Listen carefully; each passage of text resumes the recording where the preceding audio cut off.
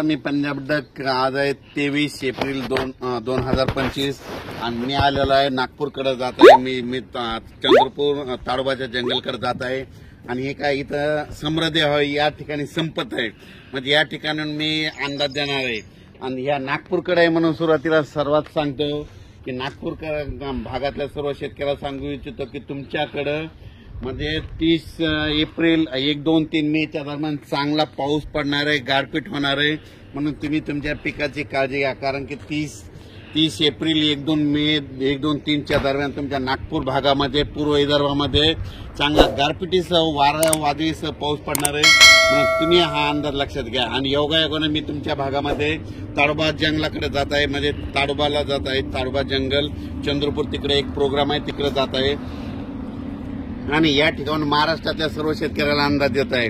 आज आहे 23 एप्रिल। आजपासून सर्व शेतकऱ्याला सांगू इच्छितो की सांगायचं झालं तर 23, 24, 25 दरम्यान सातारा, सांगली तसेच नंतर कोल्हापूर, राधानगरी या भागामध्ये आणि 23, 24, 25 तारखेपर्यंत तिकडल्या भागामध्ये 2-3 जिल्ह्यामध्ये पाऊस पडणार आहे, म्हणून हा अंदाज लक्षात येतो।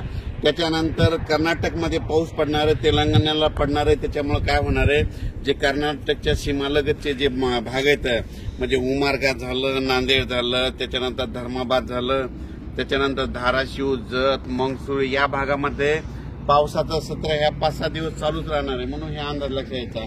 त्याच्यानंतर राज्यातल्या सर्व शेतकऱ्याला सांगू इच्छितो, ज्यांचा कांदा असेल, ज्यांच्या वीटभट्ट्या असतील, ज्यांचा गहू असेल, तुम्ही काय करा 30 तारखेपर्यंत तयारी ठेवा। कारण की राज्यामध्ये 1 मे पासून राज्यात वातावरण खराब होणार आहे, म्हणून हा अंदाज लक्षात यायचा।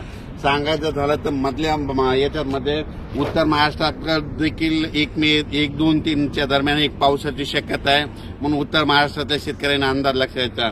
त्याच्यानंतर पश्चिम महाराष्ट्रातल्या शेतकऱ्यांनी 1, 2, 3च्या दरम्यान पावसाची शक्यता असल्यामुळे त्यांनी हे देखील आताच पूर्वकल्पना म्हणून अंदाज लक्षात यायचा।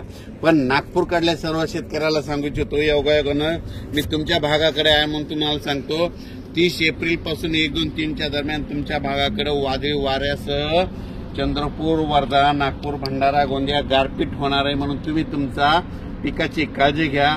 अचानक वातावरणात बदल झाला तर लगेच उद्या मेसेज दिला जाईल। धन्यवाद।